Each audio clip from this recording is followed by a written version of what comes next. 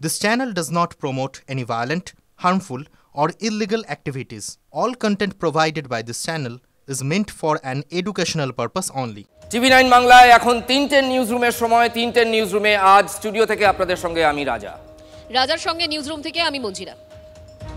আমি news desk থেকে দীপ রয়েছি আপনাদের সঙ্গে।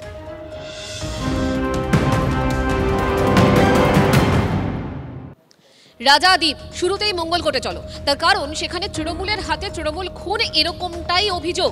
আর লালু শেখ তৃণমূল কর্মী যিনি খুন হয়েছেন তার পরিবার কি বলছে, যে গাড়ি দিয়ে তাকে আটকে জঙ্গল থেকে বেরিয়ে এসে কুপিয়ে মারা হয়েছে, তাকে এমনটাই অভিযোগ। 23 জনের বিরুদ্ধে ইতিমধ্যেই অভিযোগ দায়ের করেছে পরিবার।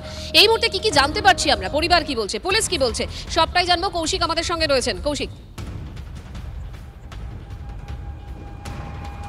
দেখো, পরিবারের তরফ থেকে একদম সরাসরি লিখিত অভিযোগ করা হয়েছে মঙ্গলকোট থানায় যে পরিকল্পনা করে এই ঘটনা ঘটানো হয়েছে। যা প্রথমে মনে করা হয়েছিল যে দুর্ঘটনা, কিন্তু পরিবারের তরফ থেকে একদম স্পষ্ট লিখিতভাবে অভিযোগ করা হয়েছে।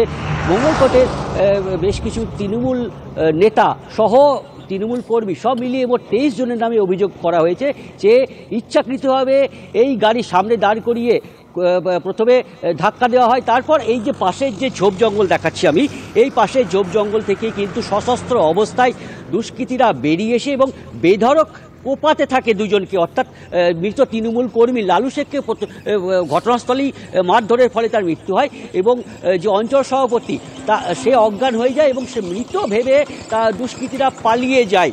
এবং তোমাকে দেখাচ্ছি যে এখানে একদম দেখো রক্ত পড়ে রয়েছে, এখনও রক্তের দাগ কিন্তু স্পষ্ট। আর যে এই যে পুলিশ ব্যারিকেড দিয়ে ঘিরে রেখেছে, এইখানেই যে ধাক্কা লাগার পর কিন্তু তারা ছিটকে পড়ে এবং এখানে ফরেনসিক টিম আসবে। এটি দুষ্কৃতীদের কথা বলছো, এরা কারা? এই খুনের নেপথ্যে কি উঠে আসছে? জেলা নেতৃত্ব কি ব্যবস্থা নিচ্ছে? তারা কি নড়ে চড়ে বসলো? দেখো, ইতিমধ্যে কিন্তু এই ঘটনা নিয়ে তৃণমূলের জেলা সভাপতি রবীন্দ্রনাথ চট্টোপাধ্যায় তিনি কিন্তু জানিয়েছেন যে পুলিশ ঘটনার তদন্ত করবে।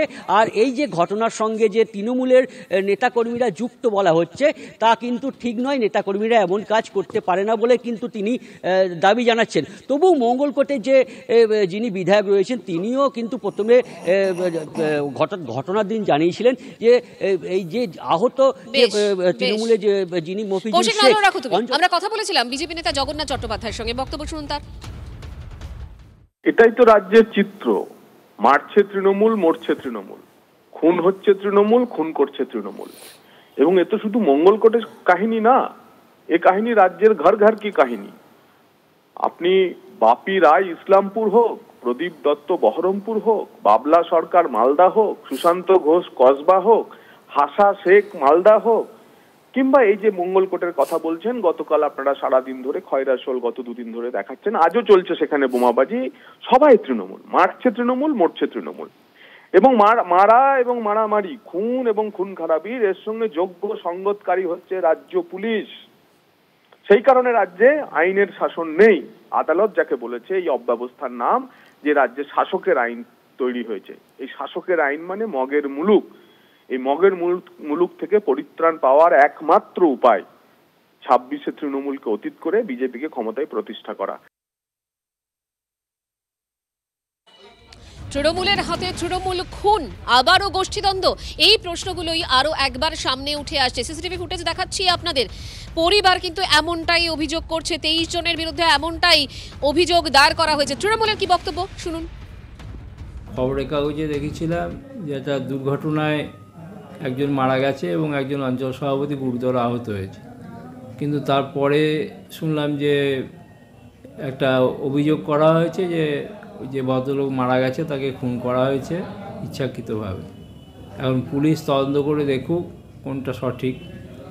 তবে আমার যতদূর মনে হয় যে আমাদের জেলা তৃণমূল কংগ্রেস সাধারণ সম্পাদক বা অন্যান্য কর্মীরা যথেষ্ট গুরুত্বপূর্ণ কর্মী, তারা কোনো অন্যায় কাজের মধ্যে যুক্ত থাকবে না। তাহলে কি তাদের ফাঁসানো হচ্ছে কোনো রকমভাবে? এটা তো এক্ষুনি বলতে পারছি না, পুলিশ তদন্ত করে দেখুক, দেখে তারপরে নির্ধারণ করবে। এবার একটু মালদায় নজর রাখি, কারণ মালদায় তৃণমূলের ব্লক সভাপতি মঞ্চে দাঁড়িয়ে যে ভাষায় বিরোধীদের হুঁশিয়ারি দিয়েছেন তার সঙ্গে একমত নন রাজ্যের প্রাক্তন মন্ত্রী সাবিত্রী মিত্র। ব্লক সভাপতি তিনি আইসিকে পাশে দাঁড় করিয়ে বিরোধীদের উদ্দেশ্যে বার্তা দেন যে খেলা হবে 26-এ খেলা হবে এবং সেই খেলায় রেফারিও থাকবে না, লাল কার্ডও থাকবে না। কিন্তু ব্লক সভাপতির এই হুঁশিয়ারির সঙ্গে একমত নন দলের রাজ্যের প্রাক্তন মন্ত্রী সাবিত্রী মিত্র। তিনি স্পষ্ট বললেন যে ব্লক সভাপতি যা মন্তব্য করেছেন শুনে মনে হচ্ছে উনি তৃণমূলের শত্রু। কেউ কোনো রকমের উদ্ধত্তমূলকভাবে কথা বলা বা এ ধরনের কথা উক্তি করা যারা যদি করে থাকেন কেউ, তাহলে দল অ্যাকশন নেওয়া উচিত। কারণ এরকম লোকগুলো দলের মধ্যে থেকে এই ধরনের কথা যদি বলে থাকে, আমি ঠিক জানি না, আমি তো শুনিনি। এবং সেখানে মন্ত্রী আছেন, নির্ধারণ করবেন, জেলা সভাপতি আছেন রহিম বক্সি সাহেব, উনিও দেখছেন। এই ধরনের মন্তব্যকে কেউ সমর্থন করে না। এটা একটা ছেলে মানুষই কথা, তাহলে একটা বোকামো কথা, এছাড়া আর কিছু না। বা কিংবা ও তৃণমূলের শত্রু আছে বলে আমি মনে করছি, এছাড়া এই ধরনের কথা বক্তব্য রাখে নাকি কেউ? আগে বলেছেন যে ওখানে রাজ্যের একজন দায়িত্বশীল মন্ত্রী আছেন এবং উনি বিষয়টা উনিও শুনেছেন, উনার কি রিপোর্ট আছে, উনি কি বলতে চাইছেন সেটাও আমরা শুনবো। জেলা প্রেসিডেন্ট বলেছেন, আমি বিষয়টা খতিয়ে দেখছি এবং আমি সেটাকে নিয়ে আসছি, নিয়ে এসে যেটা হয় বলে যদি কিছু হয়, দল যদি এরকম করে আমরা অ্যাকশন নেবে দল। তৃণমূলের ব্লক সভাপতি জিয়াউর রহমান যে বিতর্কিত মন্তব্য করেছিলেন স্টেজ থেকে, শোনাই সেটা একবার আপনাদের। খেলাতে আমরা দেখতে পাই বিরোধীরা আটকাবার জন্য পায়ে মারার চেষ্টা করে, পায়ে মারলে কিন্তু রেফারি থাকে, রেফারি লাল কার্ড দেয়।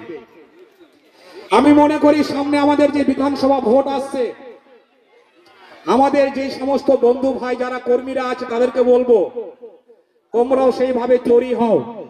আগামী বিধানসভায় জোরদার খেলা হবে, সেখানে কোনো রেফারি থাকবে না, কোনো লাল কার্ড থাকবে না, তাই নিজের মতন হয়ে তৈরি হন। এই মুহূর্তে মালদা থেকে সুব্রতোষ রয়েছেন আমাদের সঙ্গে, আমি সরাসরি সুব্রতোষের কাছে জানতে চাইবো। সুব্রতোষ, TV9 বাংলা গতকাল দিনভর এই খবর দেখালো, তারপরে কি তৃণমূলের শীর্ষ মহলের টনক নড়ল?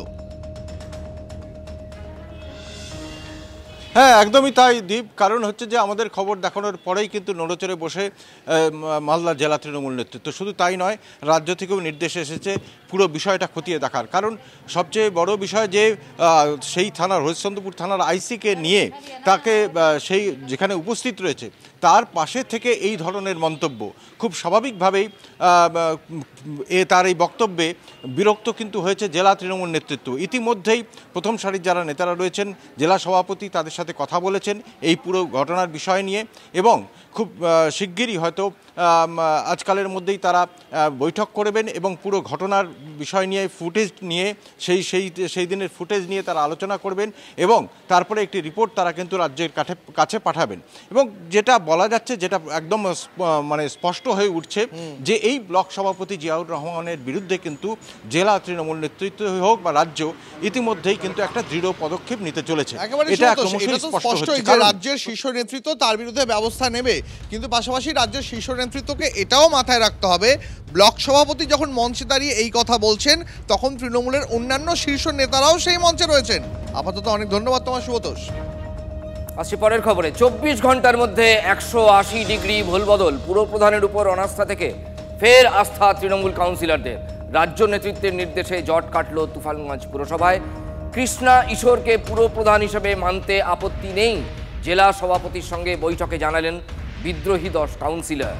ভুল বোঝাবুঝি হয়েছিল, বৈঠক শেষে দাবি তৃণমূল জেলা সভাপতি অভিজিৎ দে ভৌমিকের। আমরা কথা বলবো আমাদের প্রতিনিধি সুমন কল্যাণের সঙ্গে। সুমন, একটু আগেই যখন আগের বুলেটিনে তোমার সঙ্গে কথা হচ্ছিল তখন আমরা শুনিয়েছিলাম অভিজিৎ দে কি বলছেন, চেয়ারম্যান কি বলছেন, কিন্তু মনের ভেতরে যদি কোথাও একটা দাগ থেকে যায়, হঠাৎ ওপরের নির্দেশ এলো বলে আমি সেই দাগটা মুছে ফেললাম। আমার পরিষ্কার কথা হচ্ছে যার প্রতি ক্ষোভ, সেই ক্ষোভ রাতারাতি উবে গেল 10 জন কাউন্সিলরের। তার মানে এখানে কি পরে আবার জটিলতা হতে পারে? না দেখো, এই জটিলতাটা কিন্তু সূত্রও হয়েছিল এখান থেকেই, আর সমস্যাটাও এখানেই হলো। মাঝখান থেকে রাজ্য নেতৃত্বকে হস্তক্ষেপ করতে হলো এবং জেলার সভাপতিকে একটা বৈঠক ডাকতে হলো। কিন্তু জেলা সভাপতি এর আগেও বৈঠক ডেকেছিলেন, আগেও এগুলো নিয়ে বৈঠক হয়েছিল, কিন্তু এই পর্যায়ে কিন্তু সেটা যায়নি। এর মধ্যে কিন্তু অনেক রকমের ক্যালকুলেশন আছে, ইকুয়েশন আছে, স্থানীয় সমস্যা রয়েছে, গোষ্ঠী কোন্দল রয়েছে, কোন নেতা থাকবেন কোন নেতা থাকবেন না, এগুলো নানা রকমের বিষয় ছিল। সব মিলিয়ে আজকে যখন রাজ্য নেতৃত্বের একটা হস্তক্ষেপ আসে, কড়া পদক্ষেপ নিয়েছিল, যে বিষয়টা হেস্তনেস্ত পর্যায়ে যে বসেছে, ঠিক তখনই কিন্তু এই বিদ্রোহীরা তারা কিন্তু মাথা ঝুঁকিয়ে নেন এবং তারপরেই কিন্তু সমস্যার সমাধান হয়। এখন গতকালকে যারা বলেছিলেন কোনো সমস্যা, এত সমস্যা, আজকে বলছেন কোনো সমস্যা নেই, সমস্যা মিটে গেছে। বেশ, সুমন কল্যাণ, অনেক ধন্যবাদ। আপাতত তোমাকে আমরা শোনাবো অভিজিৎ দে ভৌমিক, জেলা সভাপতি, ঠিক কি বলেছেন আমাদের। আমরা আলোচনার মাধ্যমে আজকে সম্পূর্ণই সমস্যা মিটিয়ে নেওয়া হয়েছে। আগামীতে তুফানগঞ্জ শহরে আরও বেশি কাজের গতি আনতে হবে। আমরা সবাইকে সেটা বোঝালাম যে আমাদের লক্ষ্য 2026, এই ক্ষেত্রে কোনো রকম ইগোকে প্রাধান্য দেওয়া যাবে না। নেত্রীর অনেক বড় লড়াই সামনে, তা প্রতিপক্ষও অনেক সাম্প্রদায়িক এবং বিচ্ছিন্নতাবাদী শক্তি নিয়ে নামবে। তাদের সাথে লড়াই করতে গেলে ছোটো ছোটো ইগো ভুলতে হবে। একটা সমস্যা চলছিল এদের, তো সেটা কন্টিনিউয়াস একটা প্রসেসের মধ্যে এটা 4th টাইম মিটিং হলো তাদের সাথে। তো আলটিমেটলি আমরা একটা জায়গায় এসে পৌঁছাতে পারলাম, এই জন্য আমরা খুশি।